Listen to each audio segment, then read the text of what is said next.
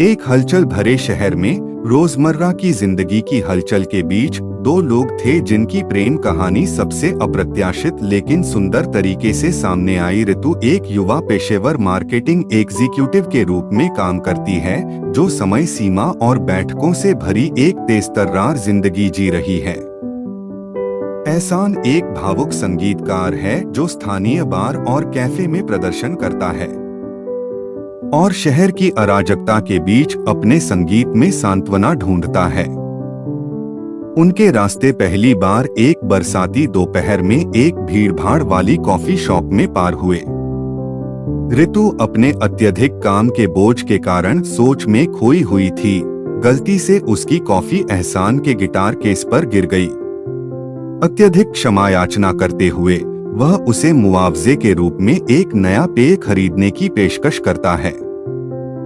उस क्षण से उनका जीवन इस तरह से आपस में जुड़ गया जिसकी उन्होंने कभी कल्पना भी नहीं की होगी। अपनी विपरीत जीवन शैली के बावजूद ऋतु और एहसान एक दूसरे की संगति में सांत्वना और समझ पाते हैं। उन्होंने उनकी रचनात्मकता और स्वतंत्र भावना की प्रशंसा की, जबकि वह उसके दृढ़ संकल्प और महत्वाकांक्षा की प्रशंसा करते थे।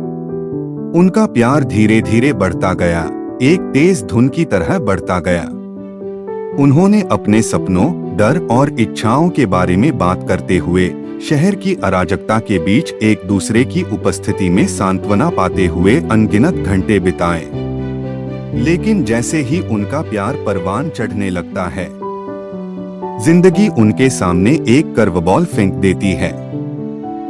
ऋतु को एक पदोन्नति की पेशकश की गई जिसके लिए उसे एहसान और उन सभी चीजों से जो उन्होंने मिलकर बनाया।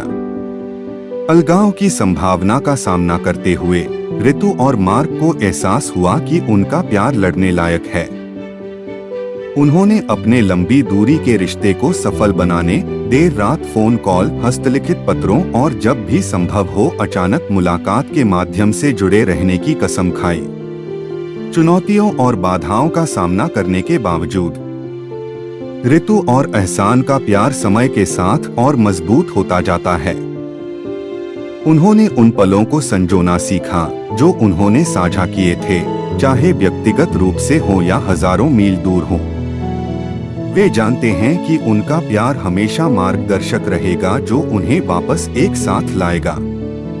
और इसलिए ऋतु और एहसान की प्रेम कहानी मानव हृदय के लचीलेपन का एक प्रमाण बन जाती है, जो यह साबित करती है कि प्यार कोई दूरी नहीं जानता है और मेट्रोविले के हलचल भरे शहर में जीवन के परीक्षणों और कष्टों का सामना कर सकता है।